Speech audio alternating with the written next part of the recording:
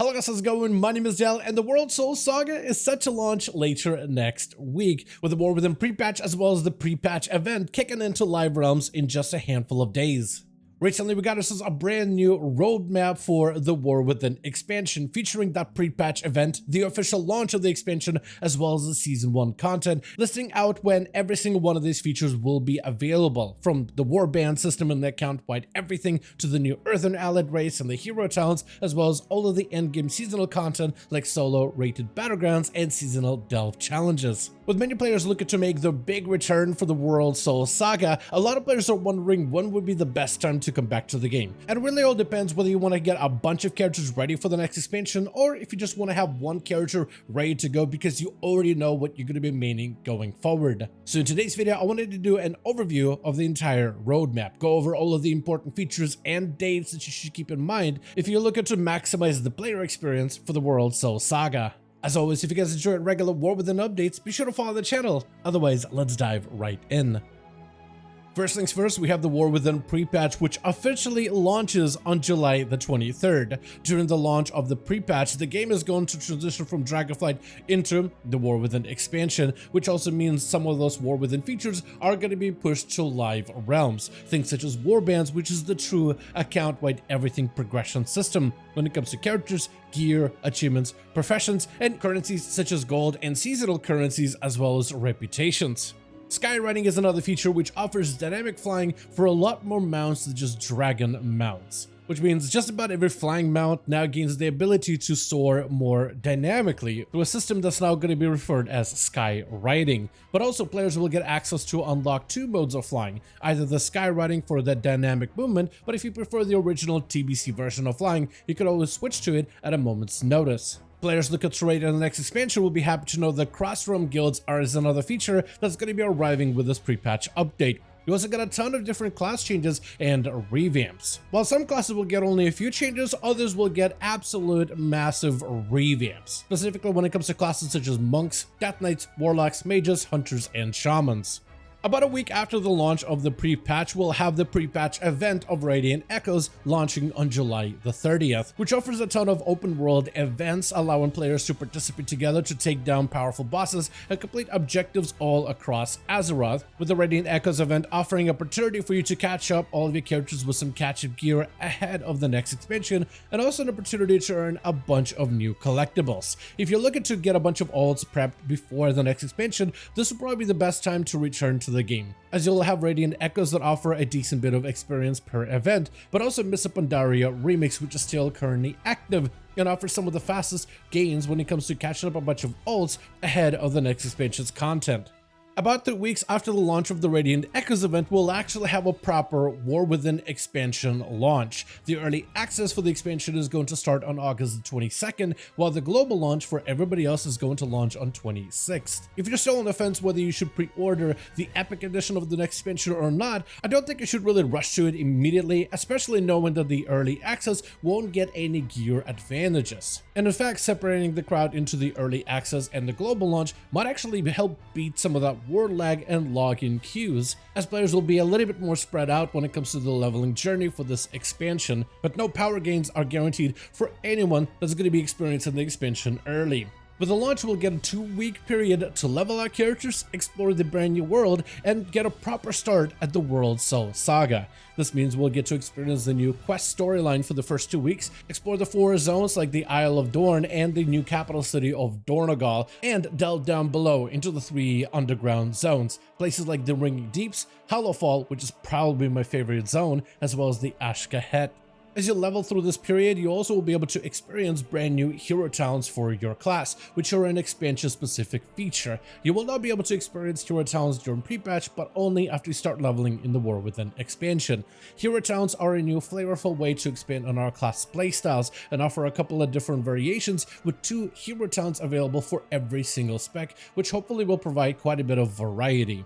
Delves will be another feature that we'll be able to experience during this 2-week period.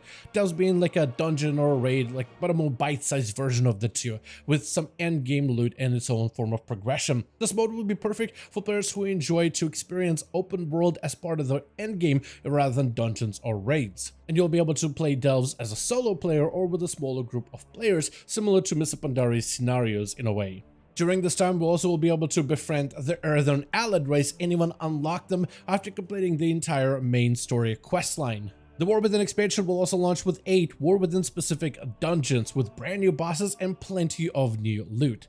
During your leveling period, you'll have access to 4 leveling dungeons, and once you hit max level, you'll get 4 additional endgame dungeons unlocked. Players will also be able to participate in a brand new battleground of Deep Hole Ravine, which offers brand new gameplay elements, and they wish to add other battlegrounds in the future as we head into this expansion, with battlegrounds getting extra support going forward. And after the honeymoon 2-week period, we'll have the War Within Season 1 launching officially starting September the 10th, with a brand new raid of Nerubar Palace, which we got to test extensively over on the War Within beta. And from my experience, a lot of those Nerubar Palace fights in particular are actually exciting and a fresh new take, offering players plenty of challenges, but also plenty of rewards to collect.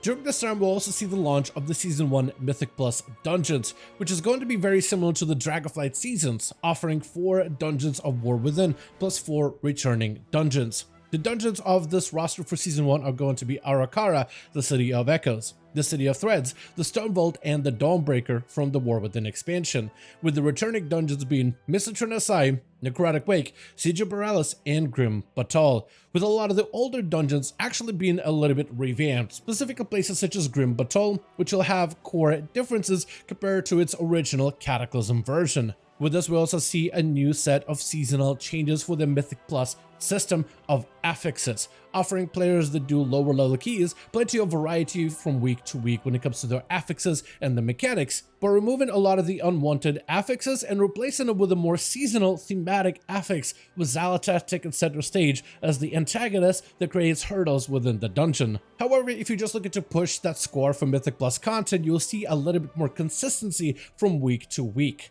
and you'll have a little bit less variety of affixes, offering a more sustained overall keystone progression. For PvP, we got more familiar seasonal content such as rated 2v2s, 3v3s, and RBGs, solo arenas, as well as solo battlegrounds, a brand new edition of this expansion, which offers players an opportunity to better support the solo queue rated battleground experience. Delves are also part of the seasonal endgame progression, which offers their own set of challenges but also their own set of rewards, from customizable mounts to cosmetic pieces that you can collect as transmogs, but also endgame gear to rival raids and dungeons.